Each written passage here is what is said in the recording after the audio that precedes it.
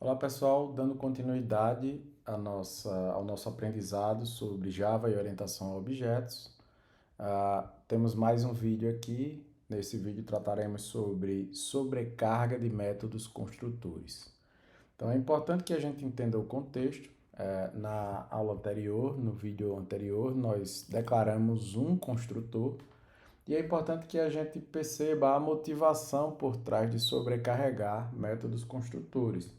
Mas essa motivação não é só para métodos construtores, é também para qualquer tipo de método que nós tenhamos aí nas nossas classes. Então, nós sobrecarregamos um método, declarando esse método na mesma classe, só que com assinaturas diferentes. E o que vem a ser a assinatura do método? Então, a assinatura do método é composta do nome dele, mais o conjunto de argumentos que ele recebe na sequência que estão sendo definidos. Então, nós sobrecarregamos o método para dar possibilidades à nossa codificação, à nossa programação. Então, se notarmos, desde o começo do curso, nós já trabalhamos com alguns métodos sobrecarregados. Em especial, nós temos aqui o exemplo do método println. Então, se observarmos esse método, ele possui várias assinaturas diferentes. Então, eu posso passar como argumento um object, um string, um valor booleano, e é por isso que nós conseguimos passar, em teoria, qualquer tipo de dado como argumento do método println. Então, o princípio é basicamente o mesmo.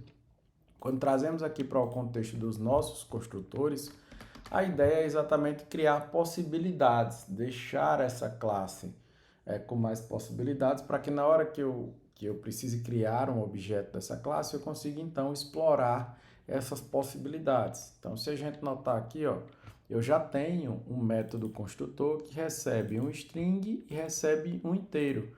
Mas aí nada impede que eu tenha um outro método aqui que recebe, por exemplo, apenas um string, ou seja, apenas o nome. Então, observe que eu posso colocar aqui o nome, recebe o nome.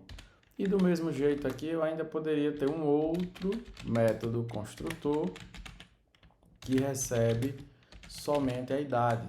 Então, se a gente observar aqui, ó, diz.idade vai receber também a idade. Então, veja que eu criei possibilidades. Esse método agora ele está sobrecarregado.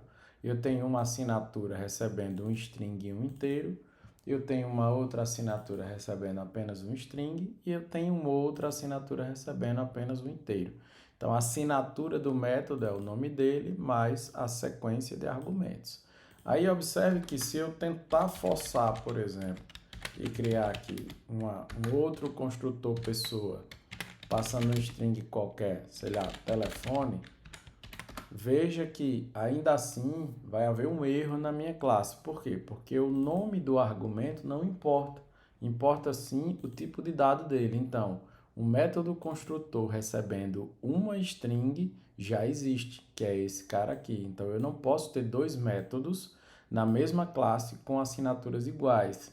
Então, a sobrecarga existe quando as assinaturas são diferentes, tá? Então, observe que qual o impacto disso para mim em termos de programação. Então, na hora que eu vou criar lá o meu objeto, voltando à classe teste, eu posso observar que eu agora tenho variações, eu tenho possibilidades. Então, o objeto P aqui foi criado passando o nome e a idade. Mas eu posso criar aqui, por exemplo, um P2 e esse cara vai utilizar apenas o construtor que recebe o nome. Então, ó, eu vou passar somente a Maria. Então, veja que eu tenho essa flexibilidade. Eu ainda poderia criar aqui uma pessoa P3, mesma linha, porém, o construtor que eu vou utilizar agora é o construtor que recebe apenas a idade.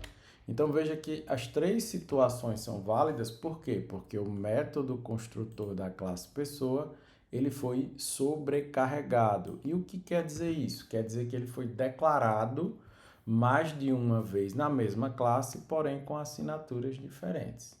É isso, pessoal. Até o próximo vídeo. Então, no próximo vídeo, trataremos sobre relações ou relacionamentos entre classes e começaremos, então, a discutir os elementos de associação ou agregação entre classes.